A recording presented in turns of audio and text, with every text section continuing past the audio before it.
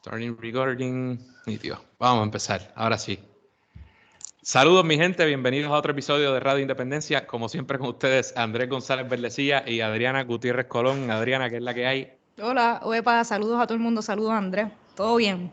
Damas y caballeros, si ustedes nos estaban siguiendo por Facebook o por YouTube cuando dijimos que íbamos a hacer en vivo esta transmisión, pues se dieron cuenta de que tuvimos unos pequeños percances ahí fuera de nuestro control y por primera vez en realidad la computadora se me volvió un 8. No importa, lo importante es que vamos a hacer este programa. Hoy tenemos con nosotros a dos personas muy duchas, dos expertas en los temas de derechos reproductivos y queremos hablar de verdad de cómo se está afectando la realidad de aquellas personas que estén embarazadas actualmente o que estén a punto de parir o que estén pariendo o hayan parido durante toda esta pandemia. Creemos que es un tema súper importante y ¿verdad? Le vamos a dedicar un programa a eso para ver cómo se están afectando, qué derechos tienen y qué podemos esperar para, ¿verdad? Para estas semanas venideras. Así que Adriana, no te dejé ni saludar porque ya habías saludado en vivo. Está bien, no pasa nada. Sí, pero voy a presentar a nuestras invitadas, agradecerles por estar aquí. Una de ellas es Tania Silva Meléndez, es activista de los derechos humanos sexuales y reproductivos, es educadora perinatal, educadora en lactancia y especialista en medicina placentaria. Y está certificada como dula de parto y posparto desde el 2009. También tenemos con nosotros en Radio Independencia hoy a Liani Caban Reyes, que es abogada y defensora de los derechos humanos. En 2009 se formó como dula de parto y posparto. Tiene una maestría de la Facultad de Derecho de la Universidad de Toronto y pertenece a la Junta Directiva de Caderamen, que es una organización de la que Liani nos podrás hablar más adelante, pero que ofrece servicios accesibles a mujeres y familias durante los procesos reproductivos. Así que ahora sí, bienvenidas a ambas a Radio Independencia y gracias por decir que sí a esta invitación en tiempos de pandemia y emergencia. Gracias a ustedes por invitarnos. Gracias, sí. Y les pido perdón por haberlas hecho esperar un buen rato a raíz de todo el revolú que sucedió. Pero nada, Liani, siempre decimos, Liani, ¿verdad? Estudió coincidí con ella en la escuela de Derecho y fue mi arrendadora un tiempo también. Es una buena arrendadora. y una buena vecina. También, eso es todo lo que vamos a decir. Hasta ahí. Lo mismo digo. Antes de comenzar a la cosa más formal, ¿cómo han estado, verdad, durante estos tiempos tan tumultuosos, tan extraños? Pues bien, yo creo que hay altas y hay bajas. Hay días que fluyen con mayor facilidad, ¿verdad? Uno se siente mejor, con más energía, ¿verdad? Más productivo, y hay días que un poco, pues eso no fluye, hay problemas, ¿verdad? De acceso a las tecnologías, nos boicotean a veces los procesos y la paz también.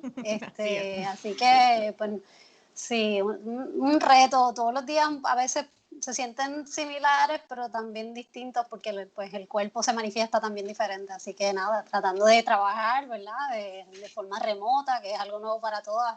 Y pues nada, un poco, sí, bregando ahí con paciencia. ¿Y Tania?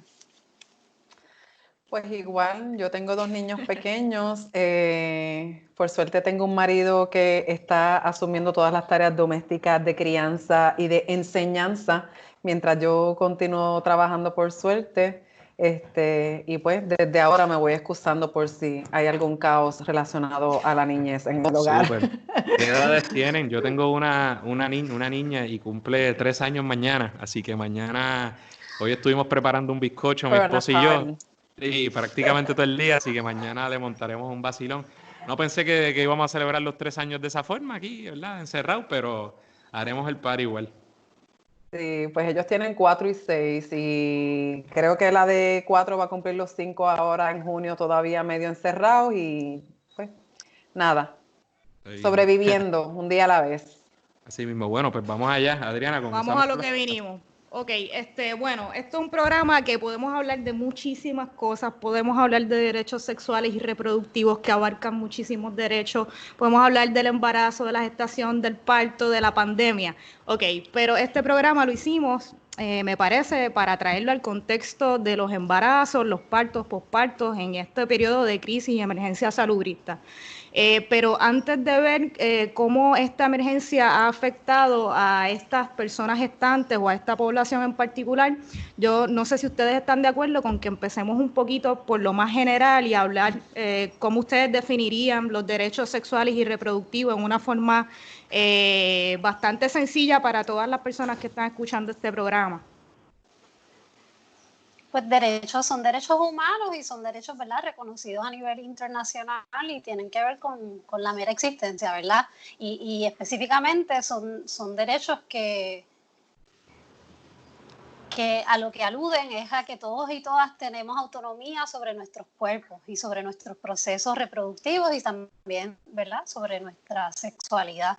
En el contexto del embarazo en particular, pues eso no es un único derecho, es un conjunto de derechos, ¿verdad?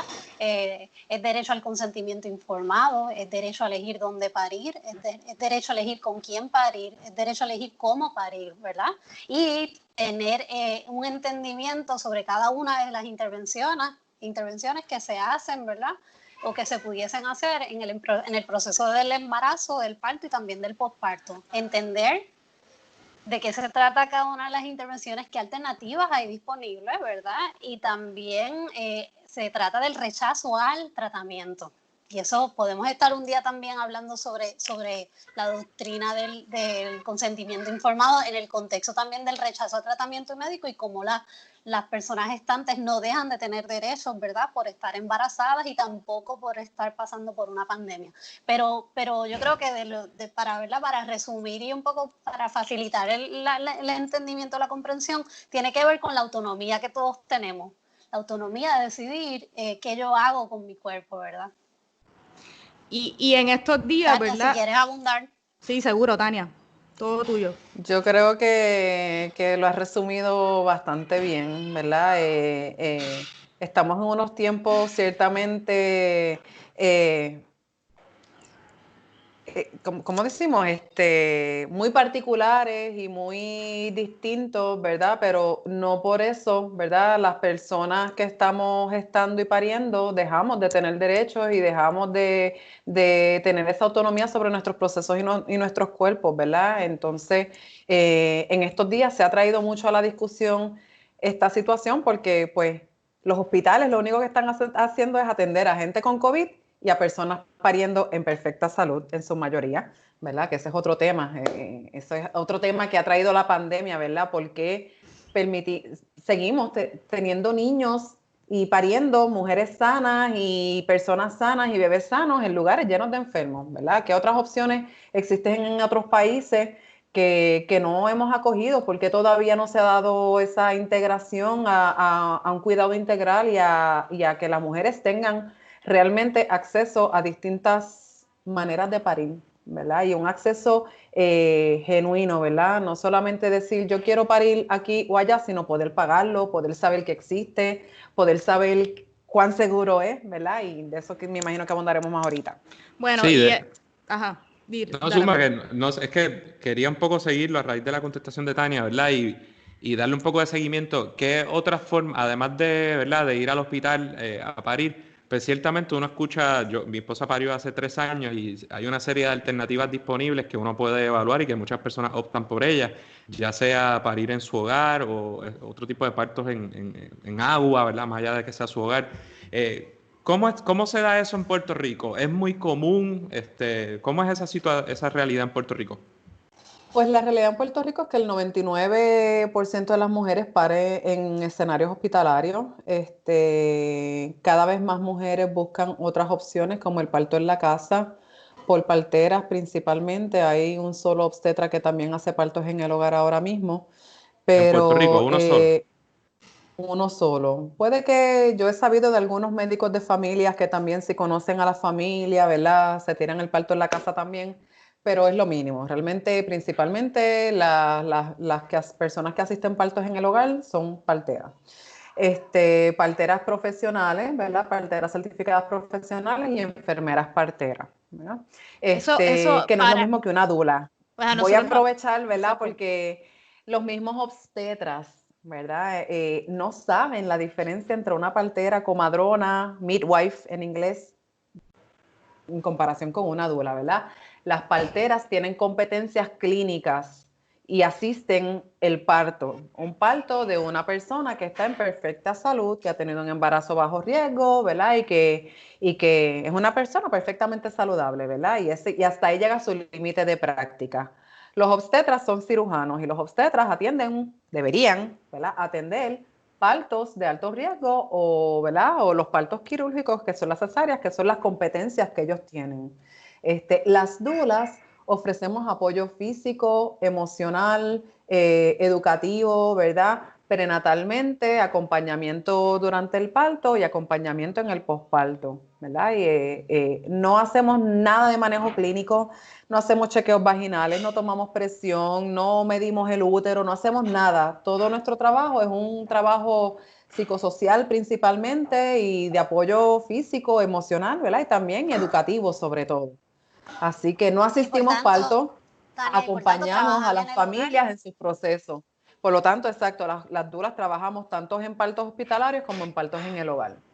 En Puerto Rico, a diferencia de otros estados en los Estados Unidos y de otros países en el mundo, no existen los centros de parto, porque tristemente, cuando, si no me equivoco, en la década de los 40, quizás, no me acuerdo bien la fecha, el parto se movió de la casa al hogar, ¿verdad? Y se movió a la institución hospitalaria. Las comadronas que antes el Departamento de Salud adiestraba, les daba materiales, dejaron de ser proveedoras de esos servicios, así de un día para otro, y dejaron de asistirse partos en la casa, ¿verdad? Bajo el reconocimiento del Estado como proveedoras de salud, ¿verdad? Los partos en la casa siempre han continuado desde el principio de los tiempos y siempre continuarán. Pero desde ese entonces ya las parteras, el Estado no las reconoce como proveedoras de salud y por lo tanto una partera no puede ordenar laboratorio, ¿verdad? Una partera no puede ordenar sonogramas, una partera no puede hacer en total autonomía el manejo clínico porque va a depender de que un obstetra respaldo o backup le haga las órdenes médicas ¿verdad?, a su clienta. Y así es como debe ser el trabajo entre una partera y un obstetra, debe ser un trabajo colaborativo, ¿verdad? Y si en Puerto Rico las parteras, tanto las enfermeras parteras como las parteras profesionales estuvieran reconocidas como proveedoras de salud, pues quizás pudiésemos tener centros de parto que los atiendan las parteras con el apoyo en equidad, ¿verdad? Con obstetras, ¿verdad? Ninguno por encima de nada, porque cada uno tiene sus competencias y sus capacidades.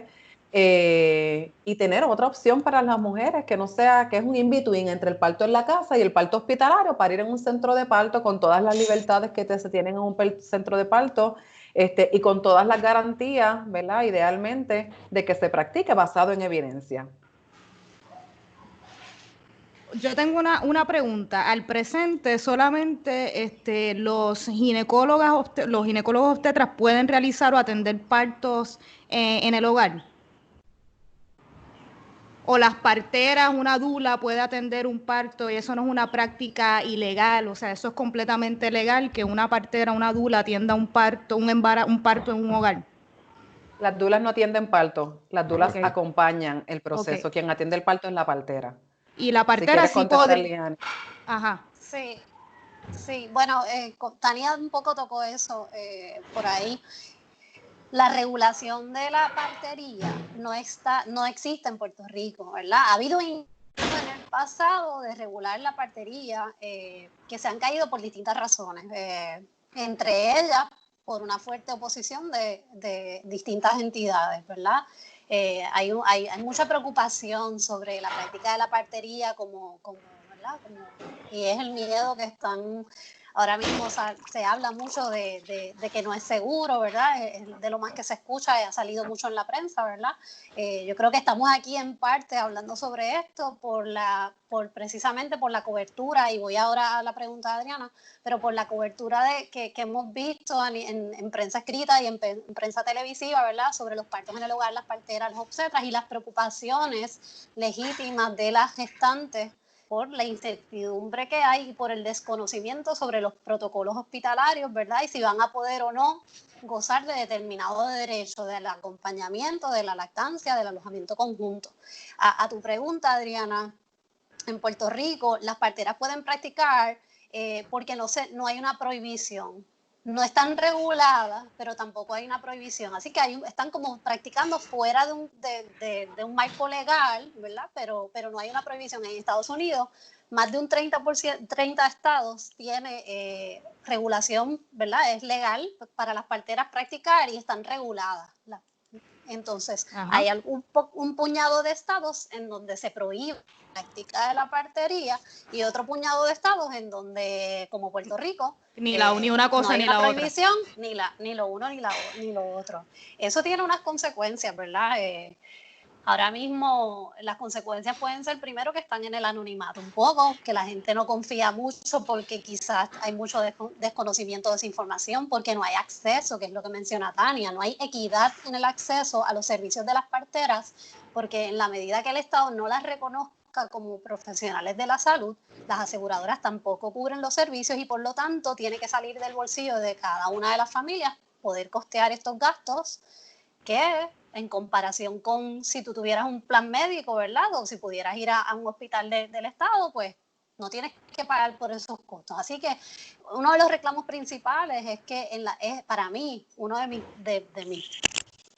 mis argumentos sería precisamente fomentar la equidad en el acceso a esos servicios, porque actualmente la mayor parte de las mujeres y gestantes que paren con parteras son personas que pueden pagar, con lo que eso significa, ¿no? Con lo que eso significa que si tú no tienes los recursos, entonces, aun cuando quisieras y creyeras en tu autonomía y en tu derecho a elegir dónde, con quién y cómo, si no tienes los recursos económicos está un poco más complicado, aunque sabemos que hay parteras que hacen sus arreglos y hacen tipos de intercambio para tampoco, ¿verdad?, limitar el acceso a sus servicios.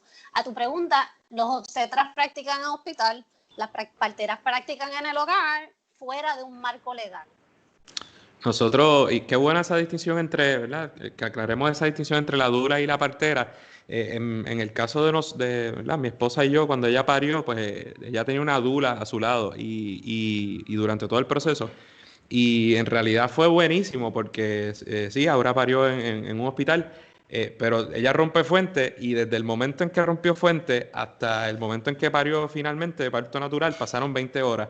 Y la dura de ella en realidad fue de una ayuda brutal, porque yo prácticamente en realidad era una figura de apoyo ahí, pero obviamente yo no, ¿verdad? No sé nada de cómo reaccionar. Y esa mujer estuvo en total control.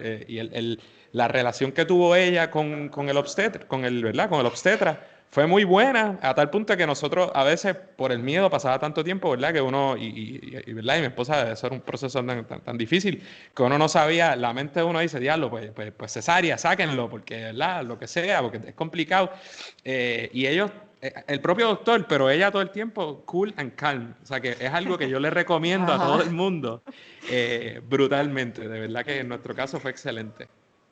Sí, Tania, ahí tiene más experiencia, ¿verdad? Hay muchos estudios que hablan sobre el resultado, ¿verdad? De tener dulas y acompañantes. Puede ser otro tipo de acompañante, pero esto de los protocolos que se limitaron, ¿no? Cuando es importante hablar un poco. Sí. Sí, un poco, es importante, estamos hablando de esto en el contexto de la pandemia, pero los reclamos al acompañamiento, al alojamiento en conjunto, a no interrumpir o no, ¿verdad? No poner barreras con la lactancia, son reclamos que llevan décadas en nuestro país y a nivel, ¿verdad? En otros países del mundo, a nivel mundial, son reclamos que han hecho muchas activistas y defensoras de derechos humanos. Ahora, pues ha tenido un poquito más de presencia, ¿no? Por el miedo que sienten las gestantes a ir al hospital y exponerse, como decía Tania ahorita, a un escenario en donde que está recibiendo principalmente personas que pudieran estar infectadas, ¿no? Pero hay unas leyes, hay un marco legal y hay unos protocolos. Los protocolos, ¿verdad? Cada hospital tiene un protocolo y uno de los reclamos es precisamente que no hay una uniformidad. Se entiende que los hospitales tienen recursos distintos y quizás recursos humanos, recursos económicos, ¿verdad? Tienen quizás unos desafíos diferentes, pero no deja de ser cierto que hay un marco legal y que los protocolos no deben ser contrarios a las leyes que protegen a las personas gestantes y a sus familias. Así que uno de los reclamos ha sido, bueno, pues vamos a tratar de uniformar en la medida de lo posible, o si a tratar de publicar, a dar acceso a los protocolos de los hospitales para que ¿verdad? Las parturientas, gestantes y sus familias sepan a lo que se van a enfrentar y se vayan preparando emocionalmente para ello.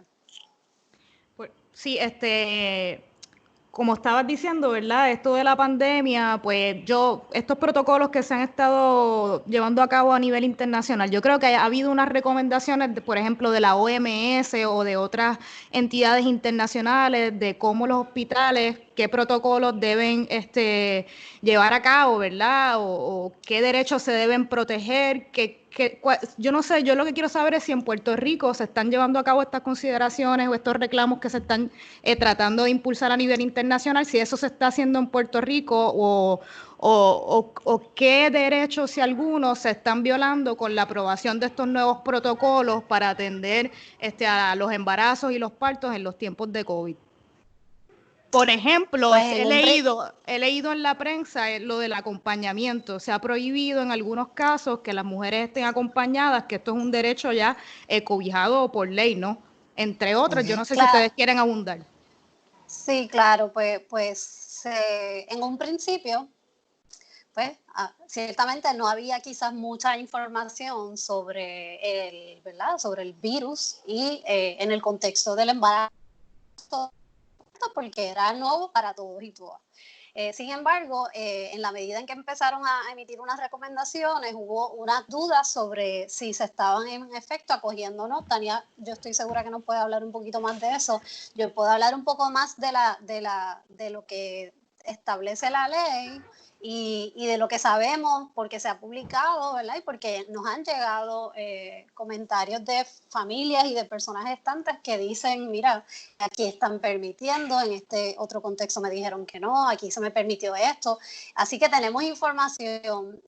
Tania, me gustaría que abundaras sobre tu experiencia, que no es la mía, ¿verdad? Porque yo no tengo ese contacto directo con la familia. Bueno, desde el inicio de la pandemia en Puerto Rico y cuando se acercaba, ¿verdad?, la cuarentena y todas las órdenes administrativas y el establecimiento del Task Force y todo lo demás, al inicio no había un protocolo escrito más allá de un infográfico en el que solamente se hablaba de las pacientes embarazadas COVID positivo o sospechosas de COVID positivo, y en todo el diagrama se hablaba de un acompañante, ¿verdad? Así que a nosotros, ¿verdad?, los que llevamos trabajando desde la trinchera de la humanización y el parto respetado y los derechos, ¿verdad?, de las personas gestantes, nos sorprendió que un documento del Departamento de la Salud, ante este panorama, enfatizara en el acompañante. Fue como que diablo, brutal, pues eso está brutal. Ajá. Pero en la práctica no estaba sucediendo, ¿verdad? A pesar de que eran las recomendaciones de la Organización Mundial de la Salud, del CDC, de todas las organizaciones médicas internacionales, del Colegio Americano de Obstetricia y Ginecología, ¿verdad? La evidencia demuestra que cuando estamos acompañadas en el proceso de parto hay mejores resultados, uno está más tranquila y más con este panorama caótico, ¿verdad? La evidencia sí, o sea, no había evidencia de transmisión vertical de mamá a bebé, ¿verdad? Así que las guías seguían siendo que mujeres saludables, sin condiciones de riesgo, lo mejor, como siempre, es el parto espontáneo, ¿verdad? No el parto provocado, inducido o manipulado, versus el parto espontáneo versus una inducción o una cesárea planificada por temor al COVID, porque la evidencia dice que no hay, hasta ahora, no hay evidencia de transmisión vertical. Con la lactancia, por ejemplo, ¿verdad? Es un derecho del neonato, ¿verdad? La ley de niñez temprana dice que es un derecho del bebé, eso es política pública de Puerto Rico, que el bebé nace de la vagina o de la barriga al pecho y permanece 1 hora piel con mamá para inocularse para regular su respiración, para establecer lazos de apegos, para establecer la lactancia, ¿verdad? Eso tiene una razón de ser fisiológica.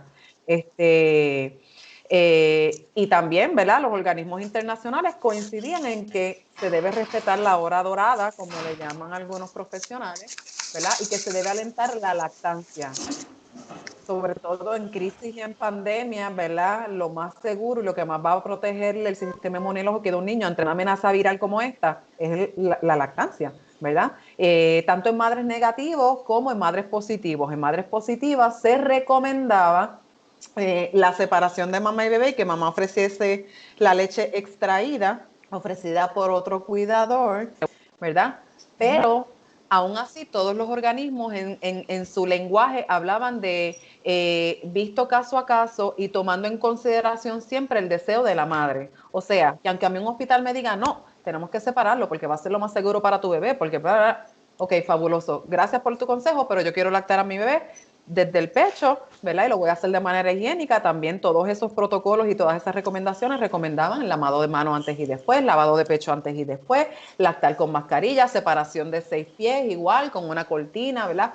Todas esas recomendaciones. Pero en la práctica, ¿verdad? Sabemos que aquí no hay equipo protector para la gente, aquí no hay prueba, así que pues la realidad que tienen los hospitales es que pues están, ¿verdad? Yo no quiero ser abogada del diablo, pero están en una situación bien difícil porque es que no tienen las herramientas. Si era antes del COVID y no tenían las herramientas a veces, ¿verdad? Imaginémonos ahora ante este panorama. Así que, pues sí, todos los organismos internacionales están a favor de respetar los deseos de la madre y el derecho a estar acompañada y a tener un parto natural como primera opción. Peliani, no sé si, yo sé que me enviaste una presentación donde estuviste hablando de estos temas, ¿verdad? Recientemente, no sé si quieres enfatizar algunas de las noticias más importantes, de los puntos más importantes de los que estuviste hablando ahí en esa presentación. Ahora mismo no tengo, bueno, si tú quisieras, puedes compartir tu pantalla, si te interesa, no sé si sabes manejar el... No tengo la presentación en mi pantalla, pero no, quizás la plantilla del marco legal facilita un poco la conversación de los derechos y las leyes, ¿verdad? Es la segunda plantilla de la presentación. Déjame ver si yo puedo hacerlo. Yo voy a tratarlo y en lo que yo lo trato, si nos quieres hablar un poco de ese marco legal existente en Puerto Rico. Yo creo que volvemos, la pandemia ha sacado a la luz la discusión de los derechos de las gestantes y entendemos perfectamente los retos que enfrentamos y el miedo que puede causar el no saber, ¿verdad? O el estrés que puede causar, ¿verdad? Querer proteger a las personas gestantes y parturientas y a sus bebés, ¿no? Pero para mí es bien importante recalcar que esta lucha que se está dando ahora se lleva dando desde décadas. La ley 156, que es la ley más de la que se ha hablado más, es una ley del 2006. Y previo a esto ya habían reclamos, ¿verdad?, de las personas, de las familias. Se tuvo que crear una ley para hablar sobre el consentimiento informado, para hablar sobre del derecho al acompañamiento. Se tuvo que hacer una ley porque eso no estaba pasando en los hospitales de nuestro país. Sí, la segunda plantilla es la que...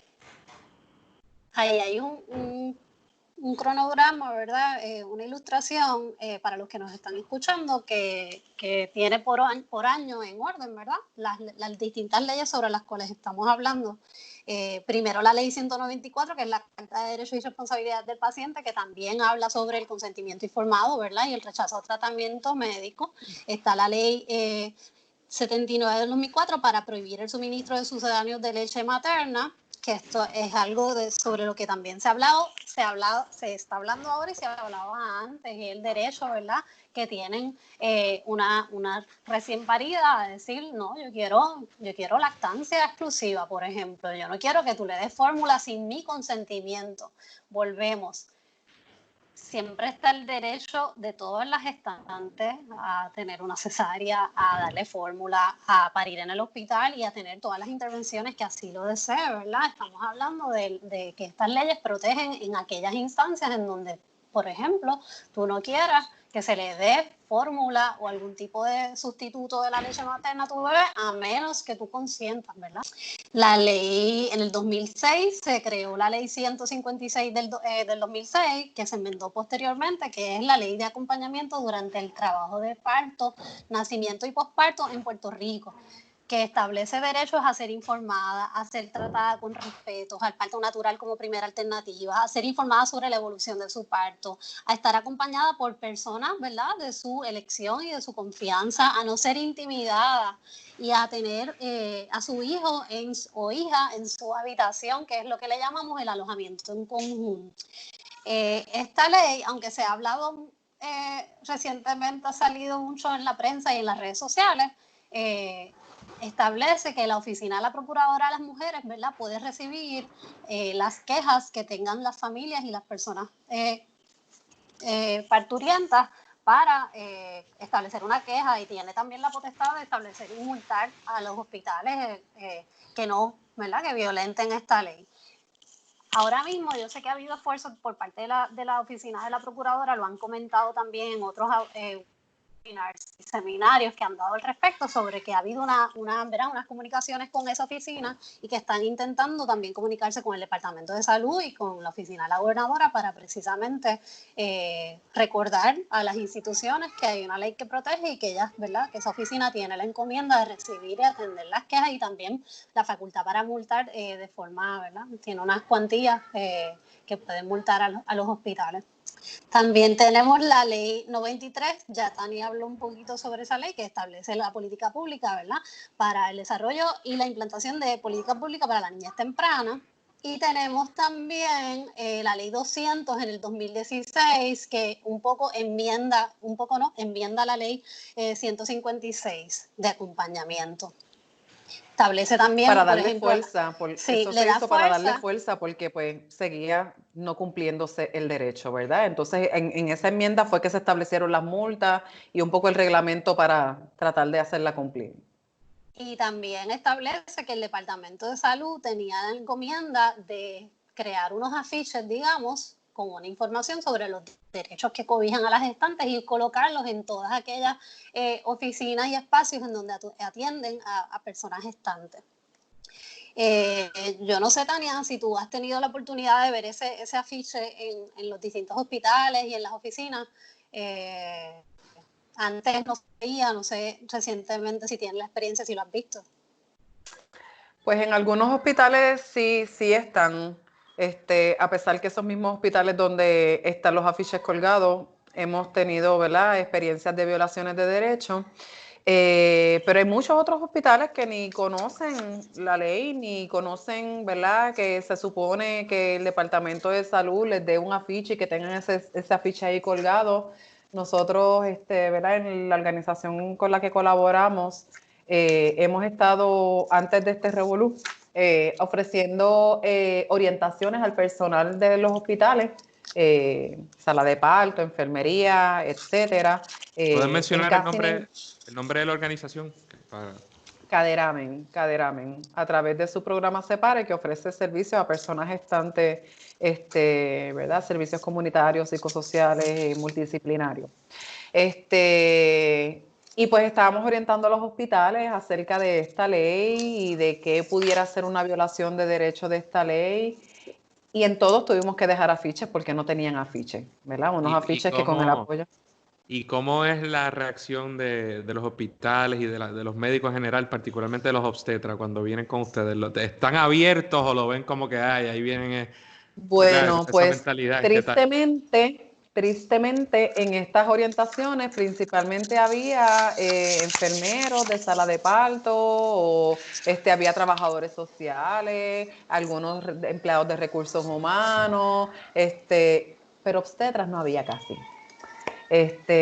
Incluso me acuerdo en uno de los hospitales que después que dimos la orientación nos dieron como un tourcito, enseñarnos sala de parto y qué sé yo, y nos pasaron por la sala obstétrica. Ese hospital ofrecía cuidado prenatal obstétrico en el mismo hospital con un grupo de obstetras, y el obstetra, sí, encantada, sí, nosotros estamos aquí haciendo un registro de las dulas para que tengan privilegios en el hospital.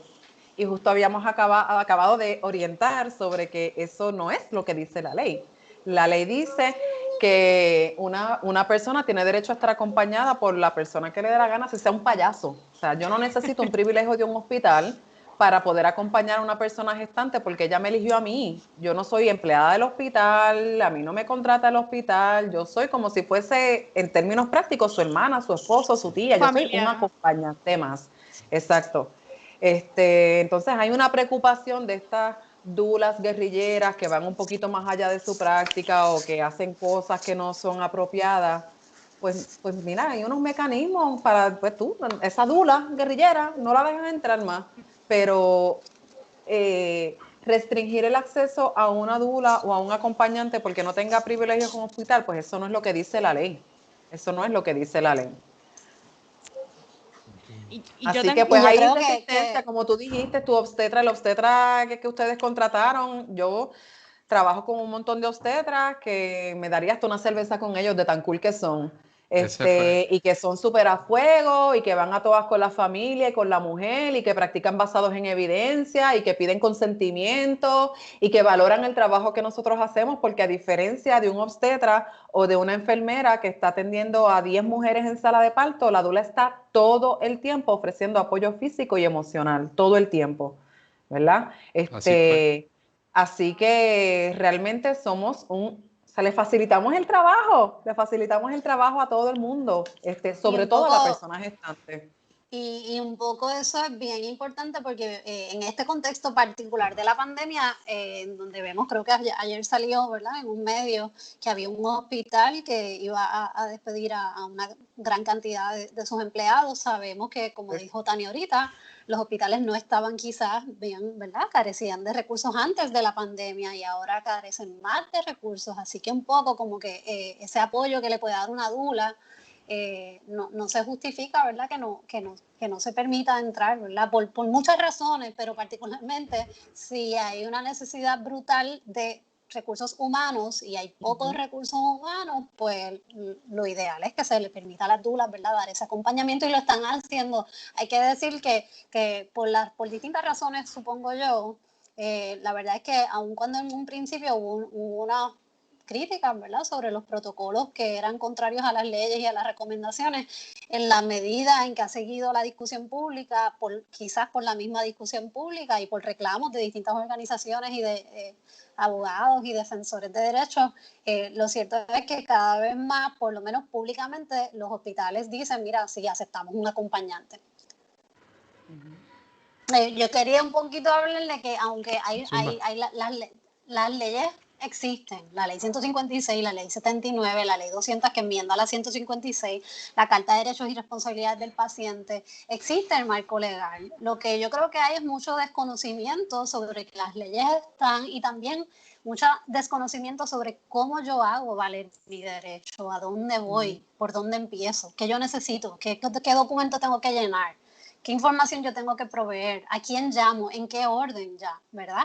Y yo creo que analizando y sabiendo, ¿verdad?, las definiciones de lo que es acceso a la justicia, ¿verdad?, Efren Rivera, el profesor y muy querido nuestro, ¿verdad?, el monstruo, tiene una definición que se ha cogido, ¿verdad?, en Puerto Rico, y es el acceso a la justicia es el conjunto de condiciones que facilitan o dificultan el que determinada persona o comunidad o grupo pueda acceder de forma equitativa a un mecanismo y buscar un remedio legal, ¿verdad?, para la solución de una controversia, ¿verdad?, o reivindicación de un derecho. Y yo creo que cuando pensamos en esa definición y vemos lo que está pasando en el contexto de los derechos de las personas embarazadas y durante el parto también y el posparto, vemos que lo que hay es una falta de acceso a la justicia, porque aun cuando hay un marco legal, ese mecanismo de cómo yo lo activo, de cuándo lo activo, de con quién, de cuál es esa ruta realmente, se desconoce que se tiene el derecho y a dónde acudir. Yo creo que hay que hablar un poco más sobre estas leyes, sobre los remedios que proveen también, y sobre que también no surgen de la nada y no surge porque sí, surgen porque ha habido un grupo de personas que por años llevan hablando de estos derechos. También reconocer que esto no es una guerra ni una batalla en contra de nadie aquí, ni de la profesión, ni del hospital, ni, ¿verdad? Nosotros reconocemos la organización, ¿verdad?, del CADERAMEN y las personas, ¿verdad?, que trabajan en estos temas, las mismas parteras. Ellas hace poco leí uno de los reportajes. No se espera, ni se pretende, ni se quiere que los partos sean todos en el hogar. Es que lo primero que sabemos es que quizás no todas las personas cumplen con unos criterios, ¿verdad? Porque padecen de alguna condición por distintas razones, ¿no? Que no son quizás candidatas a partos en el hogar. El hospital necesitamos obstetras ginecólogos, ¿verdad? Comprometidos, y necesitamos su práctica para aquellas personas que lo elijan así, para ir en el hospital, y también para partos de alto riesgo, que sabemos siempre van a estar ahí. Así que yo quería aclarar, ¿verdad?, que de lo que se trata es, como dijo Tania al principio, es de reconocer que hay otros imaginarios posibles, que hay otros escenarios de parto, que hay proveedores de partos diversos en otros estados. No solamente está la partera, está la enfermera partera, no hemos hablado mucho de eso aquí, de distinguir lo que es una enfermera partera de una partera profesional certificada. La enfermera partera en la historia de Estados Unidos, el 80% de las enfermeras parteras trabajan en el hospital. Y eso fue algo que en Puerto Rico lo tuvimos, ¿verdad?, por un tiempo, pero actualmente las enfermeras parteras existentes trabajan, las poquitas que hay, trabajan en el escenario del parto en el hogar. Pero volviendo al tema de los derechos, yo creo que es un asunto de acceso a la justicia, porque no hay necesariamente un entendimiento, ni se habla mucho de cuáles son las rutas de si me violentan un derecho, ¿a dónde voy y por dónde empiezo? Empiezo por el hospital, debo ir primero a la Procuradora de las Mujeres, está la Carta de Derechos del paciente, ¿verdad? Hay distintos remedios, así que un poco como que hablar de esas posibilidades, y yo creo que hay un poco que hablar más sobre las alternativas y las rutas, ¿verdad? Qué cool que digas eso, porque sí, hay esta idea de la gente de que ¿verdad? Como si tuviera que haber necesariamente un choque, ya sea o con la propia medicina o con esa institucionalidad más formal que, ¿verdad? Que nosotros, que todo el mundo piensa que es la norma a la hora de parir, pero como tú bien dices, ¿no? Es cuestión de proveer unas alternativas, y quizás aquellas personas que lo quieran sacar de un escenario que puede ser bien hostil, ¿verdad? Para la mujer o las personas gestantes. Porque parir y todo ese proceso rodeado de ese, ¿verdad? El ambiente hospitalario no es muy ameno, que digamos. Y en estos tiempos aún peor. En estos tiempos peor. Entonces, podríamos estar tantos episodios hablando, porque también ni siquiera hemos hablado del asunto de las cesáreas, que, ¿verdad?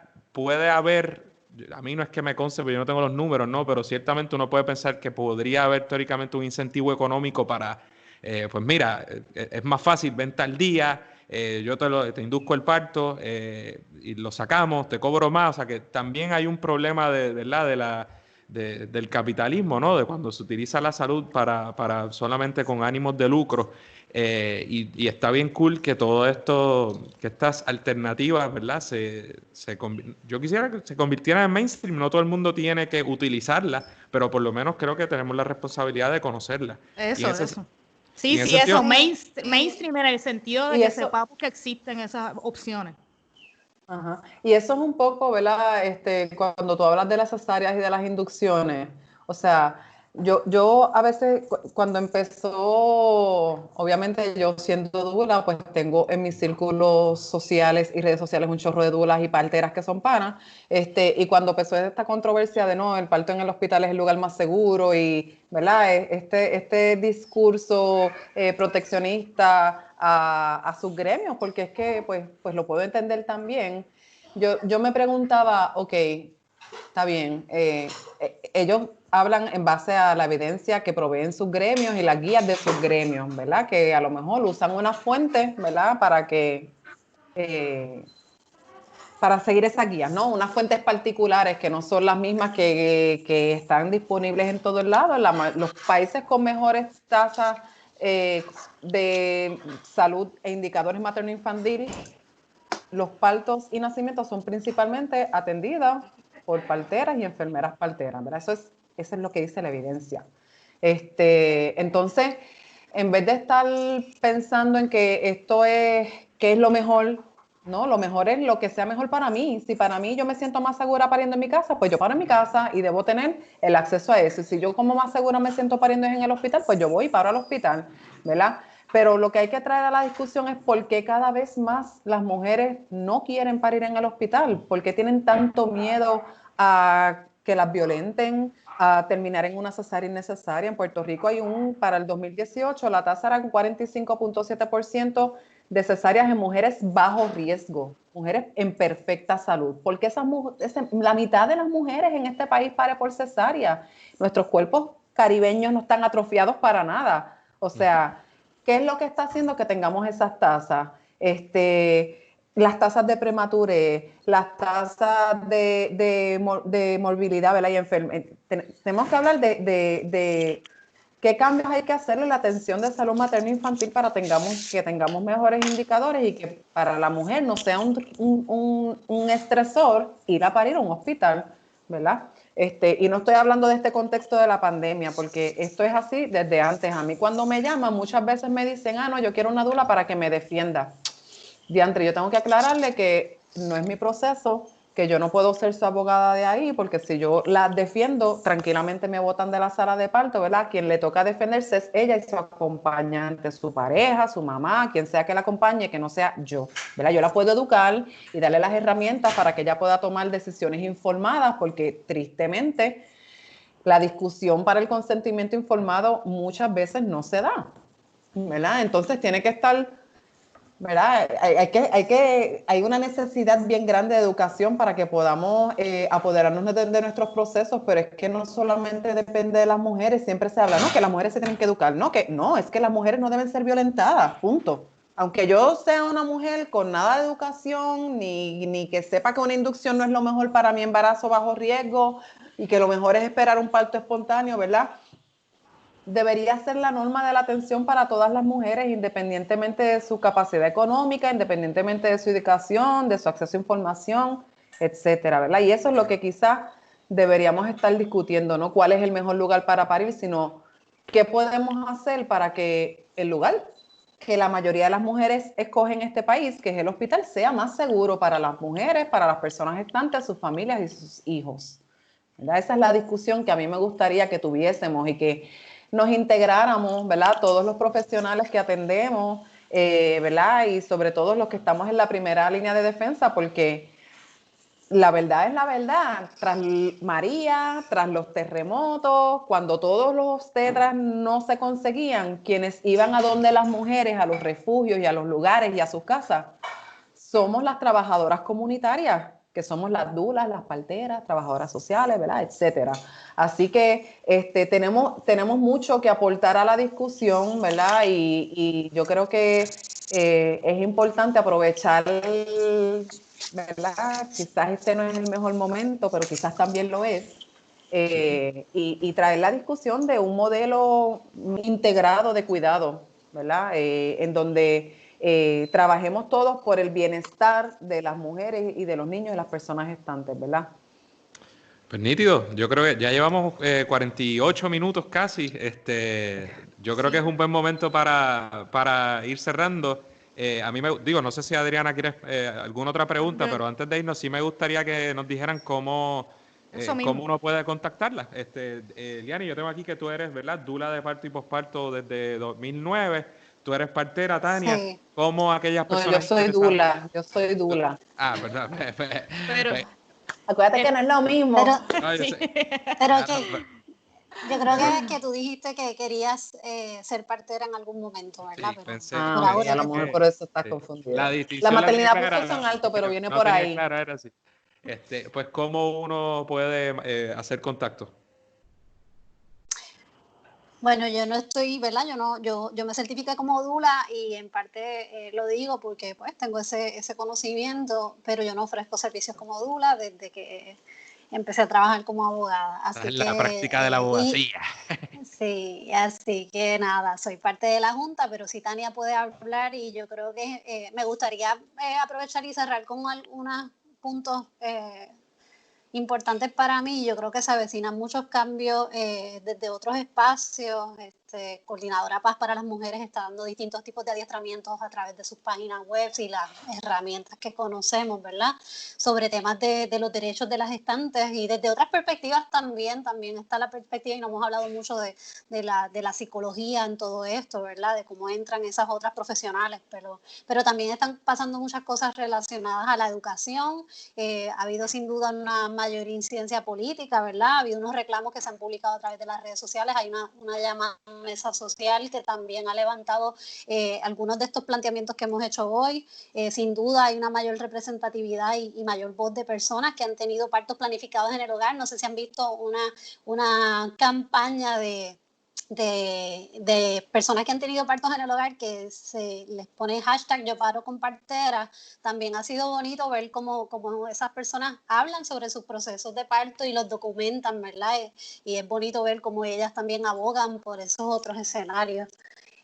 Yo creo que estamos obligados ahora mismo a repensar la atención materno-infantil, ¿verdad?, que merecen las personas gestantes, y también nos recuerda que otros escenarios son posibles. El trabajo colaborativo entre las parteras, obstetras, anestesiólogos, dulas, llevan años hablando sobre el trabajo colaborativo, y recientemente hubo unas expresiones ahí de parte de un obstetra que sí que estaban interesados en trabajar de forma colaborativa, así que hay, ¿verdad?, yo creo que hay cosas positivas también pasando. También por ahí puede venir un reconocimiento, ¿verdad?, a través de legislación de las parteras, ¿verdad? Una legislación debe ser adecuada y pensada, que regule la profesión, pero que sobre todo la promueva. Y también la posible incorporación mediante legislación de los centros de parto, la posible separación de salas de partos de los hospitales a edificios contiguos, ¿verdad?, pero que no estén dentro de que tú no tengas que entrar al hospital, sino como unas alas aparte que puedan evitar posibles contagios, ¿verdad?, y exponerse a todo lo que uno se expone a veces cuando va a un hospital. Y me gustaría que Tania hablara un poquito sobre los servicios, sí, los de ella, ¿verdad?, y otros servicios y los esfuerzos de otras organizaciones también. Eso sí, mujeres que estén buscando información, que estén buscando apoyo en estos periodos de embarazo, ¿no? ¿Qué organizaciones o dónde pueden buscar información? Pues mira, organizaciones que están trabajando los derechos sexuales y reproductivos y del parto, está Caderamen, ¿verdad?, que es la que nosotras representamos y con la que colaboramos.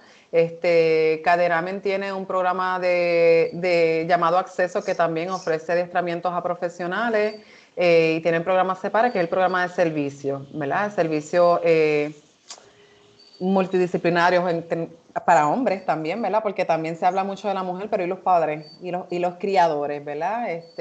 Tenemos los encuentros de hombres y paternidades, tenemos el servicio de dulas, talleres de educación prenatal, y hay otras organizaciones como el Centro MAM, por ejemplo, que sí acoge a parteras y también tiene dulas y ofrece educación prenatal, apoyo en lactancia. Está la organización Alimentación Segura Infantil, que nace como, ¿verdad?, nace de la comunidad y de mujeres que apoyamos a otras mujeres lactando, y conseguimos funding, y desde María estamos ofreciendo adiestramiento comunitario y apoyo comunitario libre de costo, tras María, tras los terremotos y ahora con este revolú. Así que hay muchas organizaciones, ¿verdad? Esas son así, ahora sí, preguntándome las que me vienen a la mente y con las que he colaborado, pero está Promani, está...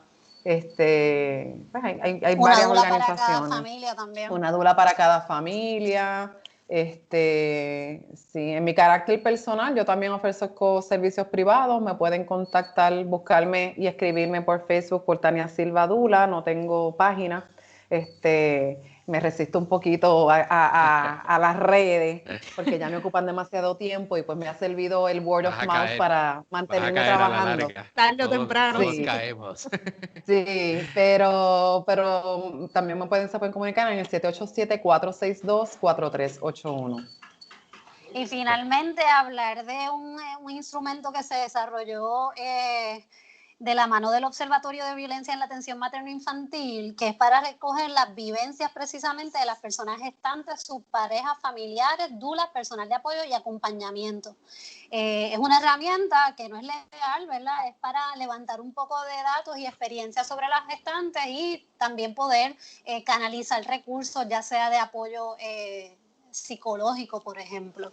Así que ese formulario se consigue a través de la página del Observatorio de Violencia en la Atención Materno-Infantil, y también a través de la página de Caderamen, y está, ¿verdad?, un Google Form que se puede llenar y recoge y ayuda a levantar datos, y esos datos en el futuro pudieran servir para recomendaciones de políticas públicas, por ejemplo. Pues nítido. Gracias un millón a las dos por estar con nosotros. A Liani, ¿verdad?, esa perspectiva más legal, un análisis macro. Tania, ¿verdad?, esa perspectiva desde la calle, desde las organizaciones. Yo creo que es súper importante el tema y yo creo que particularmente ¿verdad? Si mi pareja, si mi esposa hubiera estado embarazada en estas circunstancias, tener que acudir a un hospital, si bien siempre es una, ¿verdad?, situación tensa o incómoda, en un momento como este debe ser más difícil todavía. Y yo no sé, ¿verdad?, como no puedo hablar por las experiencias de todo el mundo, pero en el caso de nosotros, la dula fue una de las mejores decisiones que nosotros tomamos, sin duda alguna. Así que yo lo recomiendo completamente. Gracias 1.000.000 por estar con nosotros en esta Independencia. Gracias ustedes. gracias por estar con nosotros y gracias por el trabajo que hacen, por el apoyo que brindan y por estas conversaciones. Yo creo que es importante que las tengamos y que las continuemos. Así que muchas gracias nuevamente y mucha salud para las dos. Gracias igual a ustedes. Igual, cuídense mucho. Y nuestras disculpas Sí. por lo que pasó al principio, que las tuvimos un rato ahí esperando. No. Bonito. Tranquilo. Eso es parte de. Liliani fue una gran arrendadora cuando Y ustedes unas grandes inquilinas. para todos. Oye, Iliani tan nerviosa y lució como una veterana. Ya nos fuimos. Yo creo que sí, yo creo que Andrés se tilteó y ya no, yo creo que nosotras nos podemos despedir. Así que gracias otra vez, Corillo. Cuídate, Bien. Adriana. Gracias a ustedes. Bye. Dale, bye, Un abrazo, bye. chao. Bye.